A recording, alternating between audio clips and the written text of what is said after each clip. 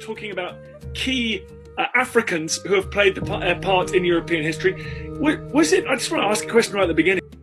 Have these people been written out of history? Have they been forgotten by most of us? And how hard was it to tease them out?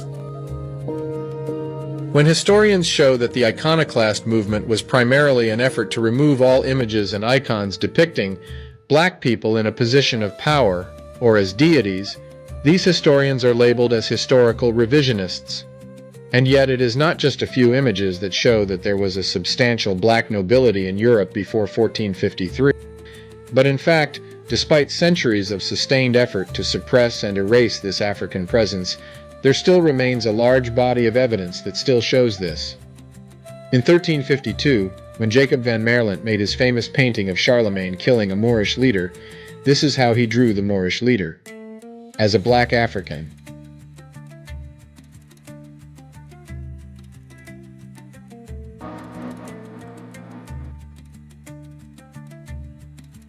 The pillars of history sing wisdom that will build our tomorrow.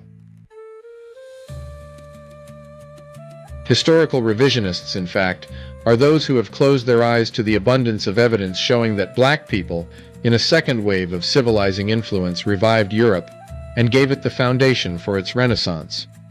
After having invented agriculture in 9500 BC, and after having spawned the two most influential civilizations in ancient times, Kemet, better known as ancient Egypt and Sumer, it is black Africans that injected into Europe and the Levant writing, science, religion, and culture. These were inherited by the Roman Empire, which then collapsed in the 5th century AD.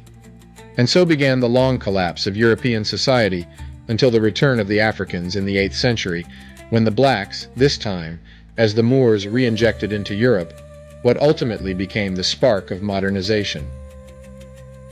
In the 800 years that the Moors occupied Spain, the ethnic makeup of these Moors changed over time.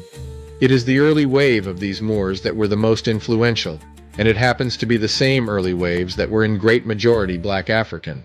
And they came in such numbers and with such knowledge that they gained significant positions of power in pre-Renaissance European history. And it is this group of black Africans that joined with the remnants of the first civilizing wave of Africans, a few of them still present in Europe. These two groups joined to form a new elite class throughout Europe. And you will see evidence of their presence through multiple artifacts and historical records today. When we show that Renaissance Europe was in great majority sparked by Africans, it does not mean that Europeans or Asiatics are not capable of civilization building.